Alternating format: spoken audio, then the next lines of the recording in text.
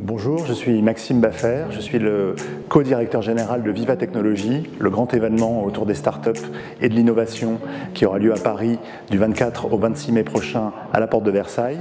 Bonjour Maxime. Bonjour. Donc merci de recevoir Afrique Jeune Entrepreneur ici dans vos locaux. Vous êtes le co-directeur général de Viva Technologies. Et est-ce que donc en quelques mots vous pouvez nous présenter Viva Technologies et nous expliquer ensuite les objectifs de votre organisation? Bien sûr, alors Viva Technologies c'est un grand événement, c'est le rendez-vous mondial des innovateurs, de tout ce qui compte en matière de technologie, d'innovation et de start-up. L'objectif c'est que pendant 3 jours, cette année du 24 au 26 mai à Paris, se rencontrent à la fois les start-up qui sont en train de transformer l'économie, les grands groupes qui eux-mêmes réfléchissent sur comment faire face à la révolution numérique et aussi les inventeurs, les chercheurs, les étudiants, tous ceux qui sont en train un peu de préparer le monde de demain. Ah, donc l'événement ne s'adresse pas uniquement aux entrepreneurs, il y a d'autres profils qui sont également visés comme vous venez de dire. En fait, nous, notre objectif, c'est vraiment de faire se rencontrer les gens qui peuvent être intéressés à travailler ensemble. Donc, il y a surtout des startups. Cette année, on attend près de 10 000 startups qui seront présentes à Vivatech. Mais il y a aussi beaucoup de grands groupes, parce que les grands groupes sont très intéressés de travailler avec des startups aujourd'hui. Il y a des investisseurs du monde entier, des journalistes, et puis il y a aussi des chercheurs, des étudiants. Donc on est quand même avant tout un événement pour les startups. D'accord, mais pourquoi 3 jours, donc le 24, le 25 et le 26 mai? Oui. Pourquoi 3 jours? Alors en fait parce que notre événement c'est 2 événements en un. On a 2 jours qui sont réservés pour les professionnels, qui sont B2B. Là tout se passe en anglais et c'est vraiment un événement qui est très business pour créer des opportunités. C'est-à-dire que les startups peuvent trouver des partenaires pour ensuite développer des coopérations. Les grands groupes peuvent trouver des startups avec lesquelles changer leur façon de faire, transformer leur expérience utilisateur. Donc ça, c'est les 2 premiers jours. Et le 3e jour, c'est ouvert au grand public. Donc on ouvre aux étudiants, on ouvre aux familles pour qu'ils puissent eux-mêmes venir voir tout ce qui est en train de se passer, tout le futur qui est en train de se préparer en matière de technologie et d'innovation. D'accord, justement, est-ce que vous pouvez nous parler de ce futur-là aujourd'hui? Qu'est-ce qu'on voit en termes de tendance au niveau de la tech? Alors, cette année, on va beaucoup parler d'intelligence artificielle. Tous les grands partenaires qui seront là, Google, Facebook, Amazon, Microsoft, Alibaba, IBM, tous les grands de la technologie seront là pour expliquer comment est-ce que l'intelligence artificielle va changer la façon de travailler, va changer les entreprises, la société. Ça, c'est une tendance qui est très forte. On a beaucoup de choses autour de la mobilité. Comment est-ce que les nouveaux véhicules, la nouvelle façon de se déplacer, aussi bien les transports en commun, les transports individuels, et lié à ça, on a tout ce qui est Smart City. Beaucoup de choses autour de l'usine 4.0, la transformation numérique maintenant elle est en train d'entrer dans les usines, dans la façon dont on fabrique les produits. Voilà, ça c'est les grandes tendances, je dirais, qu'on voit aujourd'hui.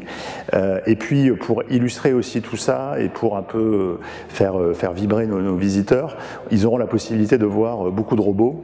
Des robots livreurs, des robots humanoïdes, des robots qui travaillent aussi dans des usines. Ils auront la possibilité de voir des drones, ils auront la possibilité de voir des voitures autonomes, des voitures volantes. On aura 2 maquettes de voitures volantes qui seront en taille réelle à Vivatech. Voilà, donc c'est un peu ça les grandes tendances qu'on voit cette année. Ah d'accord. J'ai vu par ailleurs que cette année, l'une des thématiques que vous avez choisies pour l'événement, c'est Africa Tech. Absolument. Pourquoi ce choix?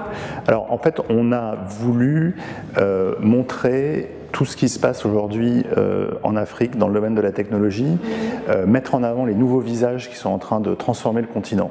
En fait, quand on regarde ce qui se passe, certainement ce qu'il y a de plus intéressant, parce que l'impact de la transformation digitale en Afrique est beaucoup plus fort. Parce que ce n'est pas simplement un impact graduel, mais c'est vraiment une révolution où on passe de zéro à quelque chose, par exemple dans le domaine du paiement, par exemple dans le domaine de l'énergie, et vraiment tout ce qui est en train d'émerger en termes de modèles, en termes de technologie, de ce qu'on appelle s'appelle l'innovation frugale. Ça nous est apparu extrêmement intéressant et donc on a voulu mettre ça à l'honneur pendant les 3 jours de Vivatech pour à la fois proposer ça à nos dizaines de milliers de visiteurs qui seront là et aussi pour donner l'opportunité aux acteurs de la technologie africaine de rencontrer leurs alter-ego du monde entier, de nouer des contacts et de faire du networking. Donc du coup, on va avoir pendant les 3 jours de l'événement d'abord une zone qui s'appelle Africa Tech sur laquelle il y aura une 50aine de startups, parmi les meilleures startups africaines, notamment sur les sujets de santé, sur des sujets de développement, sur des sujets d'énergie. On va avoir beaucoup de pays qui seront représentés avec des pavillons, notamment le Maroc, la Côte d'Ivoire, l'Afrique du Sud, la Tunisie, et chacun va venir aussi avec des startups de son écosystème. Et puis on aura un track de conférences dédié sur les sujets africains, avec justement des entrepreneurs africains qui vont venir et qui vont pouvoir s'exprimer. Et notre objectif, alors c'est d'abord ça, et puis c'est aussi de dire on veut apporter un point de vue africain dans toutes les autres composantes de l'événement. C'est-à-dire qu'il y aura la zone Africa Tech, et puis dans les labs de nos partenaires, de nos grands partenaires comme Orange, comme Accor Hotel, il y aura aussi des startups africaines. Dans les conférences, on a essayé de faire venir le maximum de speakers africains également. Dans les compétitions de pitch, voilà. Donc l'idée c'est vraiment que ce soit qu'on voit beaucoup toute cette formidable énergie africaine dans le domaine de la tech dans notre événement en mai prochain. D'accord, donc entre autres la participation des startups africaines s'est traduite par non seulement des conférences sur l'Afrique, mais aussi l'invitation que vous avez faite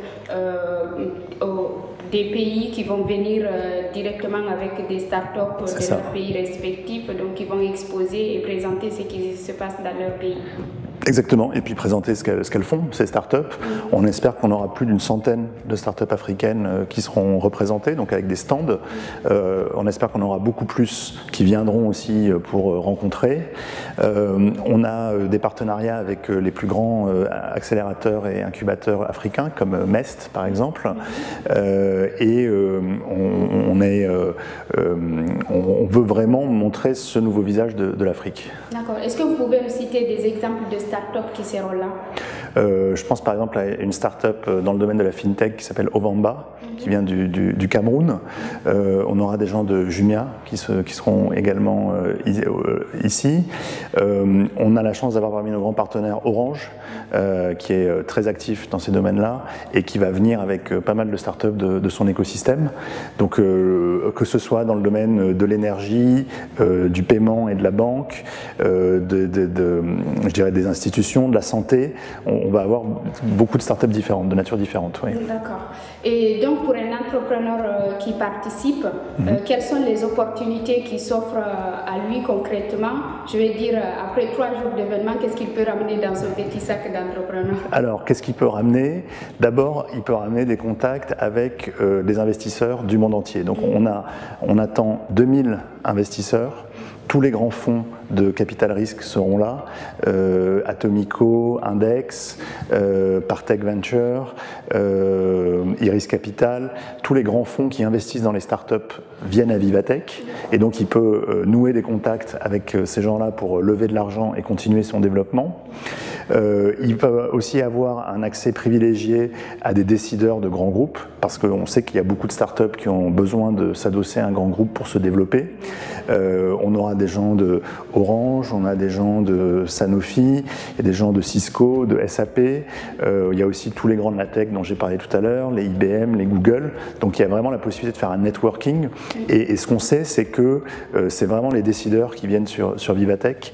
Chaque année c'est ce que nous disent les startups, qu'elles sont contentes du niveau de personnes avec lesquelles elles peuvent discuter, donc il pourra revenir avec, il ou elle pourra revenir avec des contacts précieux dans les grands groupes pour mener à bien des coopérations et il pourra aussi networker avec les autres startups qui sont là, parler avec les journalistes. Là aussi on attend plus de 2000 journalistes qui vont couvrir l'événement. C'est important pour une startup communiquer sur ce qu'elle fait et d'essayer de toucher ses consommateurs à travers les médias. Donc là aussi, il y aura beaucoup de journalistes et on sent beaucoup d'intérêt de la part des journalistes, évidemment des journalistes africains, mais aussi des journalistes européens, américains sur ces sujets autour des startups africaines. Voilà, donc on espère qu'il aura d'une part passé un bon moment, à participer à des conférences qui l'auront intéressé et surtout rencontrer les bonnes personnes pour développer derrière sa startup. Très bien. Donc, on est à un peu plus d'un mois de l'événement. Est-ce que c'est encore possible de s'inscrire pour participer? Si oui, est-ce que vous pouvez expliquer très rapidement aux entrepreneurs qui nous suivent comment faire pour participer? Alors, d'abord, je conseille à tous les entrepreneurs d'aller voir notre site de challenge. C'est challenge avec un s.vivatechnologie.com. Et donc, c'est là où nos grands partenaires proposent à des startups de venir à Vivatech gratuitement pour participer à des concours de pitch, pour avoir des stands. Donc on a encore quelques challenges qui sont ouverts, il y en a beaucoup qui sont fermés et on a eu une très grosse participation africaine. On a eu plus de 350 startups africaines qui ont participé à ces challenges. Mais il y a encore des opportunités qui sont là, donc vous pouvez aller voir sur le site. On a notamment Total et Vinci Energy qui font dans le domaine de l'énergie un challenge, donc ça vaut le coup d'aller voir. Ça c'est le premier point. Et la deuxième possibilité, c'est aller directement sur notre site, acheter une place. Il y a un tarif qui est réduit pour les startups, qui donne accès à la totalité de l'événement, y compris les conférences, y compris l'accès à tous ceux qui seront présents. Avec une application, ils ont la possibilité de trouver les gens qui les intéressent et de les contacter directement pour les rencontrer. Donc je pense que voilà, le mieux, c'est soit de participer à un challenge, soit de prendre sa place directement. Très bien, merci beaucoup pour ces réponses. Et j'ai vu que l'année dernière, donc en 2017, pour la précédente édition, 80 000 personnes environ avaient participé à l'événement. Vous aviez accueilli Emmanuel Macron et de nombreux grands PDG des grands groupes mondiaux. Cette année, il y aura Ginny Rometty, la PDG de IBM, parmi les premiers speakers, et également Chuck Robbins de Cisco ou encore Stéphane Richard de Orange. Donc en quelques mots, est-ce que vous pouvez nous parler de votre rôle de co-directeur de cet événement et nous expliquer dans les grandes lignes comment on organise un tel événement? Alors moi mon rôle c'est de faire en sorte que toutes les pièces du puzzle s'organisent et s'ajuste pour que la photo soit très belle pendant les 3 jours de l'événement. Donc en fait on travaille 362 jours dans l'année pour 3 jours, donc c'est un peu parfois frustrant, mais en même temps il y a une telle énergie et on est tellement content que ça vaut le coup. On a plusieurs équipes à l'intérieur de Vivatechnologie. On a une équipe qui est chargée de la partie commerciale, de contacter des partenaires pour qu'ils soient sponsors de l'événement, puisqu'en fait nous notre modèle c'est qu'on a beaucoup de grands sponsors, ce qui fait que les startups payent très peu pour venir à l'événement. C'est un modèle dans lequel les grands payent pour les petits. Donc on a une équipe qui est chargée du commercial pour prospecter des grands comptes et alimenter la relation avec eux. On a une équipe qui est en charge des conférences, qui s'occupe de trouver les bons speakers, les gens les plus intéressants pour nos visiteurs, pour organiser des conférences intéressantes. On a une équipe qui est en charge du marketing pour justement communiquer tout ça auprès des gens intéressés et les transformer en visiteurs. Et on a une équipe qui est en charge de la relation avec les startups et qui tisse des partenariats avec des incubateurs, des accélérateurs qui organisent les challenges de nos partenaires. Et donc moi, mon rôle avec Julie Ranty, puisqu'on a une direction qui est paritaire avec Julie et moi, c'est de faire en sorte que toutes ces équipes travaillent bien, de les pousser pour trouver les choses les plus innovantes, les plus surprenantes pour nos partenaires et pour nos visiteurs, de façon à ce que les gens aient vraiment une expérience incroyable quand ils viennent à Vivatechnologie. Et puis, plus on s'approche de l'événement, plus notre rôle c'est de s'assurer que tout s'ajuste bien, que tous les petits détails seront bien réglés, de façon à ce qu'il n'y ait pas de problème et que tout se passe bien pendant les 3 jours. D'accord. Donc vous évoluez dans un écosystème entrepreneurial, vous côtoyez beaucoup d'entrepreneurs. Pour conclure, est-ce que vous pouvez donner quelques conseils aux jeunes entrepreneurs qui nous suivent?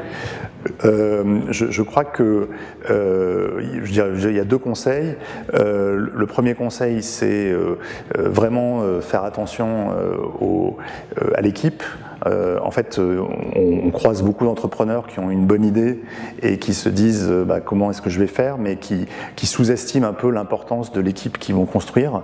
Et en fait, l'équipe, c'est 70% du succès. Vous pouvez avoir une très bonne idée. Si vous n'avez pas une bonne équipe derrière pour la réaliser, ça ne marchera pas. Et donc je crois que c'est vraiment très important de penser dès le départ aux gens dont vous voulez vous entourer et comment est-ce que vous voulez les faire monter à bord de votre projet.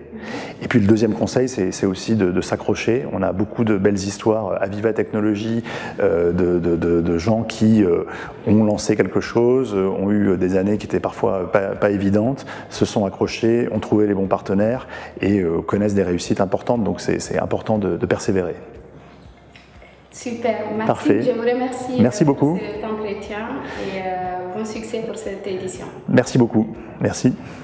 Ça fait maintenant près de 10 ans que je travaille chez Publicis sur des sujets justement d'innovation, de marketing digital et autour des startups. Ma devise, alors j'ai pas vraiment de devise, il y a une phrase de Victor Hugo que j'aime beaucoup qui dit « Vivre, c'est agir, ceux qui vivent, ce sont ceux qui luttent » et je pense que c'est plutôt une bonne formule pour les entrepreneurs.